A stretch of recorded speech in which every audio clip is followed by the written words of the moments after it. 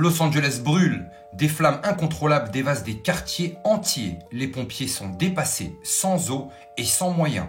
Des maisons réduites en cendres, des vies détruites et pourtant l'État de Californie regarde ailleurs. Pourquoi ? Parce que l'eau indispensable à éteindre les flammes est monopolisée.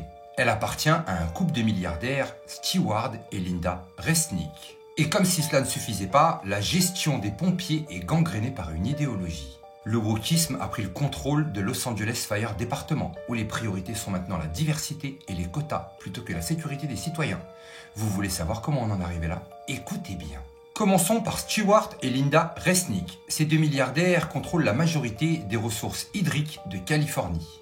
Pendant que des familles perdent tout, leur empire agricole, Pistachio Wonderful, Fiji Water, Pomme Wonderful prospère. Leur priorité, irriguer les cultures, pas sauver des vies.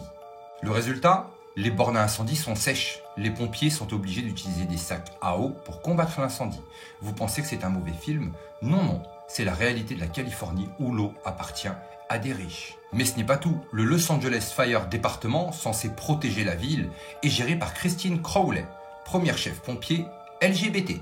Sa priorité, pas les incendies. Le drapeau LGBT est devenu plus important que de combattre les flammes qui dévorent la ville. Son adjointe, Christine Kepner, ou la responsable de l'égalité, Christine Larson, ont suivi la même logique. Leur mission, réduire l'effectif masculin des brigades et les remplacer par des femmes ou des transgenres. Les pompiers expérimentés, capables de répondre efficacement à ces incendies, ont été poussés dehors. Et devinez qui c'est qui a applaudi cette décision ? Hollywood, bien sûr. Des acteurs trop déconnectés pour comprendre que ces choix mettaient en danger des vies. Alors résumons. Un couple de milliardaires contrôle l'eau et refuse de le partager. Le département des pompiers est paralysé par une idéologie, le wokisme, qui prévaut sur la compétence. Et les États-Unis envoient des milliards à Israël et à l'Ukraine qui n'arrivent absolument pas à protéger leurs propres citoyens. Joe Biden envoie des milliards pour des guerres à l'étranger, des bombes à Gaza, des armes à Kiev, mais n'a pas un centime pour résoudre le problème de la crise californienne.